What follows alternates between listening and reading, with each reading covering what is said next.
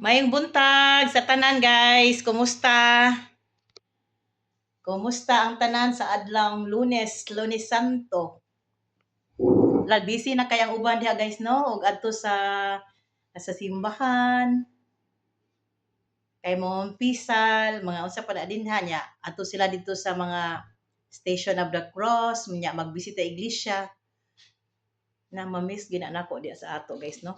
Lindot jud kaayo sa atoa ang kuan. Holy Week.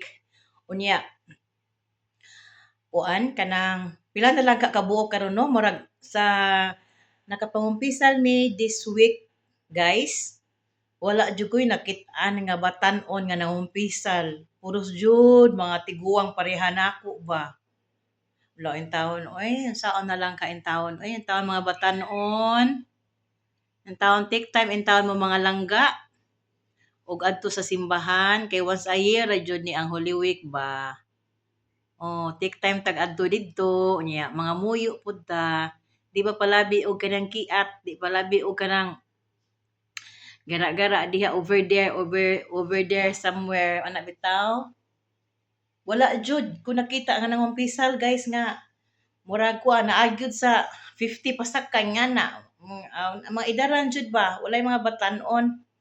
Nya karon guys magpasalamat ta guys kay daghan kaayong grasya nga gihatag karon sa atong silingan. Mao ni siya guys, ang ato ang mga grasya. May silingan diri guys nga kuan pod kanang mga pareha pod nato ba nga kuan Bisaya nga nagdala sila diri og mga kuan, mga gata.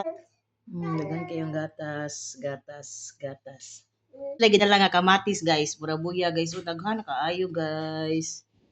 Na salamat jud kaayo na lami kay ang feeling no kay kani ba yung kamatis usa po nis ako ang mga favorite nga sudan. Napag sila gidala nga daghan kaayo nga mga kaning mga kuan guys, mga usa ni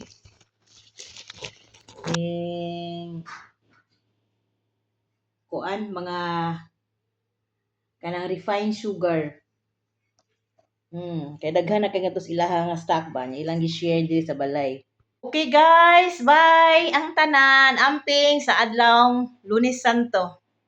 Happy blessed Holy Week natong tanan guys.